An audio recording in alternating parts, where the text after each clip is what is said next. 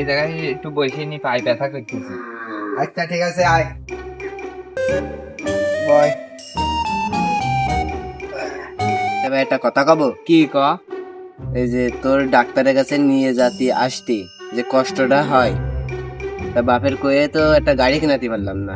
এই পাড়ায় একটু একটু ছেলে বিলে সব বিয়ে করেছে, করে শ্বশুর বাড়িতে গাড়ি নিয়ে এসে চালাই বেড়াচ্ছে।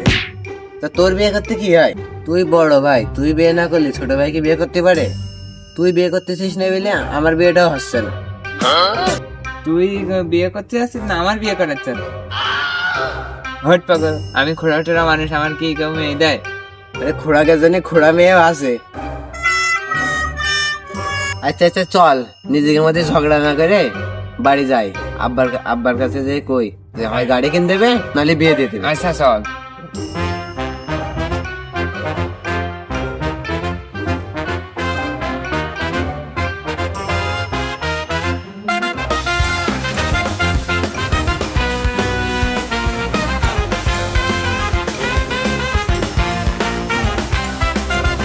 আব্বা শেখ, দেখ দেখ শেখ, আমার কাছে শেখ ও পানে নটি বেচতেছে না, ও তোরা এসে এসে মতো আব্বাকে স্টাইল তো বাড়ায় তো।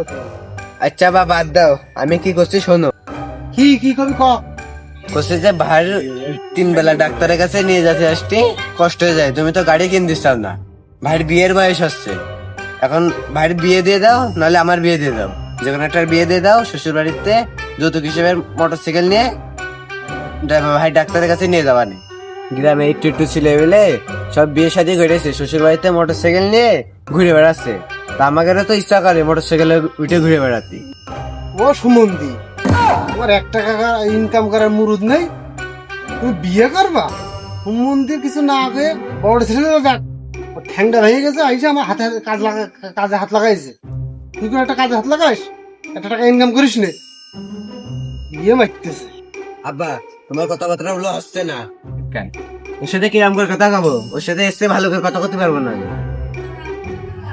আর তুমিও বাপের সাথে জোট বাঁধিস তাই না? তুই থাক তোর বাপের নিয়ে, চলে গেলে আমার।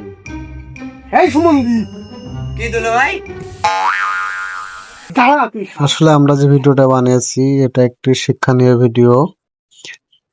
প্রতিটা বাবা মারই উচিত যখন সন্তানের সাথে ঝগড়া লাগে তাদের সাথে কি ভাষায় কথা বলতেছেন এটা অবশ্যই খেয়াল রাখা উচিত। তা না হলে যে কাজটা হয়েছে এটা সবার সাথে হতে পারে। তাই বলছি, সবাই সন্তানের সাথে একটু ভালোভাবে ব্যবহার করবেন ঝগড়া লাগলে। সবাইকে ধন্যবাদ।